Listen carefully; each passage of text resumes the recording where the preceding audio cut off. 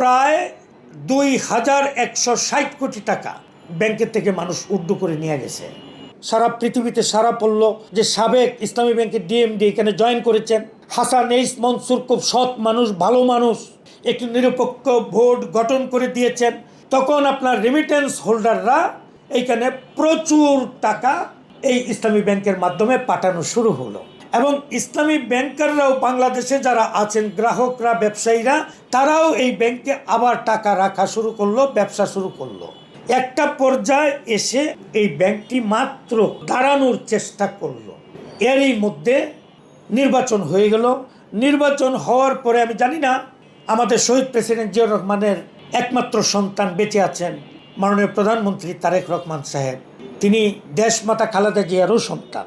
তিনি কিন্তু নৈতিকতার দিক দিয়ে যদি চিন্তা করেন, তার চাইতে পিতামাতা এত ভালো দেশের জন্য অবদান রেখেছে পৃথিবীর ইতিহাসে এটি নেই।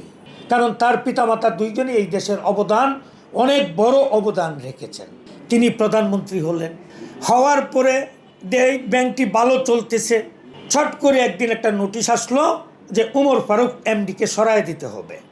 দুঃখজনক, আমরা যারা 95% মুসলমানদের মধ্যে আমরা ইসলামী ব্যাংকে ব্যাংকিং করছি, আমরা জানতে চাইলাম যে তাকে কোন অপরাধে সরানো হলো, কিন্তু তার কোনো অপরাধ নাই, সে থাকতে পারবে না, এটাই হলো তার বড় কথা। হাওয়ার তাকে বের করে দেওয়া হলো। যেদিন বের করে দিছে এর 5 দিনের মাথায় প্রায় 2160 কোটি টাকা ব্যাংকের থেকে মানুষ উড্ডু করে নিয়ে গেছে। যার সর্বনাশ, আবার তো ইসলামী ব্যাংক ডাকাতি করার পায়ে তারা হচ্ছে। এরপরে এইখানে একটি সচেতন গ্রাহক ফোরাম নামে একটি ফোরাম গঠন করা হয়। তারা এটির মধ্যে কাজ করেন ইসলামী ব্যাংকটির ইমেজ ফিরিয়ে আনার জন্য। কিন্তু দুঃখজনক হলেও সত্য, জুবাইদুর রহমান সাহেবও পদত্যাগ করেন চেয়ারম্যান। কারণ তিনি অত্যন্ত ভালো মানুষ ছিলেন, তার কোনো সম্পত্তি নিজের নামে নেই, তার একটা মাত্র ফ্ল্যাট ছিল, এইটাও উনি ওনার ট্রাস্টে দিয়ে দিয়েছেন। এত সৎ মানুষ, তাকেও সরানো হলো।